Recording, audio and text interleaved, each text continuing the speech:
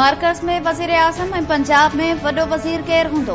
Peoples party ऐं नून league विच में गोरहेट पावर शेयरिंग फार्मूला साम्हूं अची वियो। पहिरें मरहले में नून लीग जो वज़ीर आज़म थींदो, जेको 3 सालनि लाइ हूंदो। ॿिए मरहले में पीपल्स पार्टी जो वज़ीर आज़म 2 सालनि लाइ थींदो। पीपल्स पार्टी पंजाब जी वॾी विज़ारत लाइ मरियम नवाज़ जी हिमायत कंदी। पावर शेयरिंग फार्मूला तहत MQM, JUI ऐं काफ लीग खे मरकज़ तोड़े सूबनि में हिसो ॾिनो वेंदो। हतमी ऐलान इत्तेहादी जमायतुनि जा सरबराह कंदा।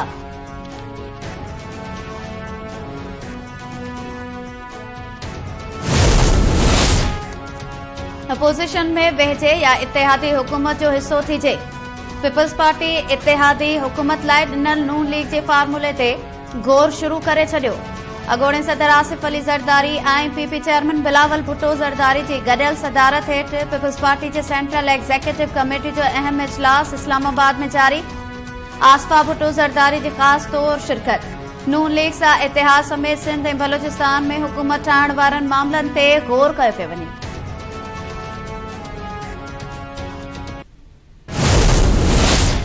दहशतगर्दी जे ख़तरे बावजूद आम चूंडूं पुरअमन तौर थियूं।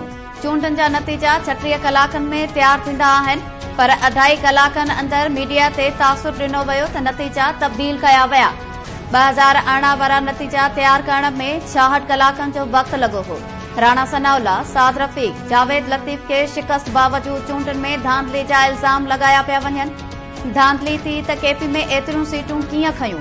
सभिनी खे सोचणो ऐं रवैयनि ते गौर करणो पवंदो। इस्लामाबाद में प्रेस कॉन्फ्रेंस कंदे निगरान वज़ीर आज़म अनवारुल हक काकड़ चयो आहे त चूंड अमल ते हमेशह ई सवाल उथंदा आहिनि। ज़रूरत पई त चूंडुनि में मुबैना धांधली जी जांच कई वेंदी। मुल्क में अनारकी पखेड़ण जी कंहिंखे बि इजाज़त न ॾिनी वेंदी, पर पुरअमन चूंडूं कराइण ते कानून लागू कंदड़ इदारनि खे सलाम पेश कयूं था। चैलेंजिस बावजूद जमहूरी तसलसल जो अॻिते वधण सुठो सवण आहे। चूंडूं थी वयूं, हाणे जेको चाहे हुकूमत ठाहे सघे थो। इलेक्ट्रॉनिक वोटिंग मशीन ज़रिए चूंडुनि बाबति फ़ैसिलो ईंदड़ हुकूमत कंदी। IMF सां ॻाल्हियूं जारी आहिनि, उनखे निजकारी ते के बि एतिराज़ न आहिनि। नओं प्रोग्राम चूंडल हुकूमत अॻिते वधाईंदी।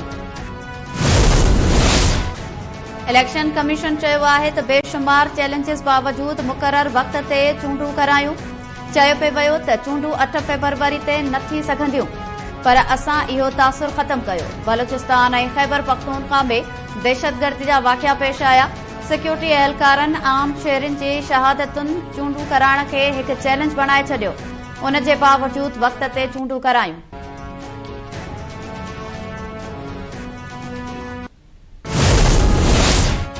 आम चूंडुनि में नाकामी बाद सियासी अॻवाननि जी इस्तीफ़ाउनि जो सिलसिलो शुरू थी वियो। इस्तेकाम पाकिस्तान पार्टी जे सरबराह जहांगीर तरीन सियासत छॾण जो ऐलान कंदे पार्टी जी चेयरमैनशिप तां इस्तीफ़ा ॾेई छॾी। जहांगीर तरीन जो चवणु आहे त जिन माण्हुनि साथ ॾिनो हो उन्हनि जो थोराईतो आहियां। मुख़ालिफ़नि खे चूंडुनि में कामयाबी ते मुबारकबाद पेश कयां थो।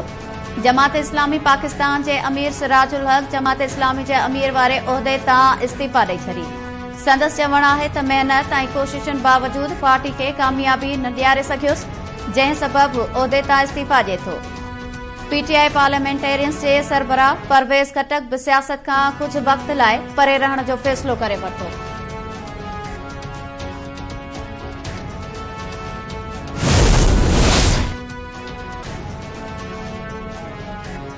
GTA आम चूंडुनि खे एंटी स्टेट इलेक्शन करार ॾेई छॾियो। सिंध मां खटियल सूबाई असेंबली जूं 2 सीटूं छॾण ऐं मुबैना धांधलियुनि ख़िलाफ़ 16 फ़रवरी हैदराबाद क़ौमी शाहराह ते धरणे जो ऐलान। GTA जे अहम इजलास बाद पीर पागारे मीडिया सां ॻाल्हाईंदे चयो त चूंड नतीजा 3 महीना अॻु फिक्स थियल हुआ। ख़ैरात में मिलियल सीटूं न घुर्जनि। मथनि अवाम जो दबाव आहे, घटि में घटि एहतजाज त करियूं। 16 फ़रवरी ते हैदराबाद में धरणो हयो वेंदो।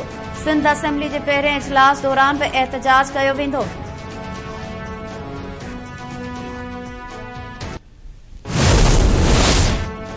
सिंध में पीपल्स पार्टी अकेले सिर हुकूमत ठाहिण जी पोज़ीशन में हुअण बावजूद अञा ताईं वॾी विज़ारत लाइ कंहिं उम्मीदवार जो ऐलान न कयो।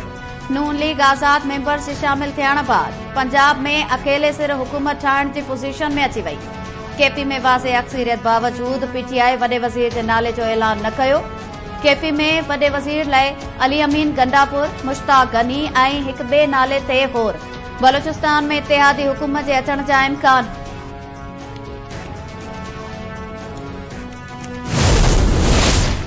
कराची में सिंध असेंबली लाइ चूंडियल जमात इस्लामी कराची जे अमीर हाफ़िज़ नईम सूबाई सीट छॾण जो ऐलान करे छॾियो। हाफ़िज़ नईम चयो आहे त ख़ैरात में मिलियल सीट नथी खपे। PS 129 ते आज़ाद उम्मीदवार सैफ बारी खटे चुको आहे। सीट छॾण जो हौसलो रखां थो, नतीजा क़बूल न कंदासीं। इलेक्शन कमीशन आरओस ऐं DROs खे क़ौमी 6 ऐं सूबाई जे 4 तकनि जा नतीजा जारी करण खां रोके छॾियो। NA 52 Rawalpindi, NA 53, NA 60 Jhelum, NA 59 मंडी बहाउद्दीन, NA 127 लाहौर ऐं NA 87 खुशाब जा चूंड नतीजा रोकण जो हुकुम। इलेक्शन कमीशन बलूचिस्तान जी तक PB 14 नसीराबाद जो बि नतीजो रोके छॾियो। पंजाब जे 3 सूबाई तकनि PP 7 सरगोदा, PP 33 ननकाना ऐं PP 15 रावलपिंडी जा नतीजा बि रोकण जो हुकुम।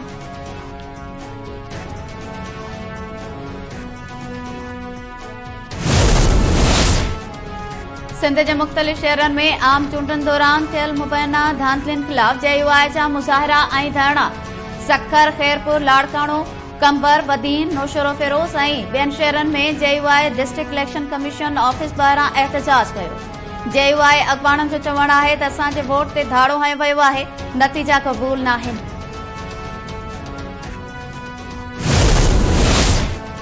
रिटायर्ड जजिस ख़िलाफ़ सुप्रीम जुडिशियल काउंसिल में कार्रवाई लाइ दाख़िल दरख़्वास्त ॿुधण जोगी करार। सुप्रीम कोर्ट केस जी ॿुधणी हलाइण लाइ अदालती मुआविन मुक़रर करण जो फ़ैसिलो करे वरितो। अटॉर्नी जनरल खे अदालती मुआविन जा नाला ऐं कानूनी सवालनि जा जवाब ॾियण जी हिदायत। वफ़ाक़ी हुकूमत रिटायर्ड जजिस ख़िलाफ़ कार्रवाई लाइ सुप्रीम कोर्ट में दरख़्वास्त दाख़िल कराई आहे। जस्टिस अमीनुद्दीन जी सरबराही में सुप्रीम कोर्ट जी लार्जर बेंच दरख़्वास्त ते ॿुधणी कई।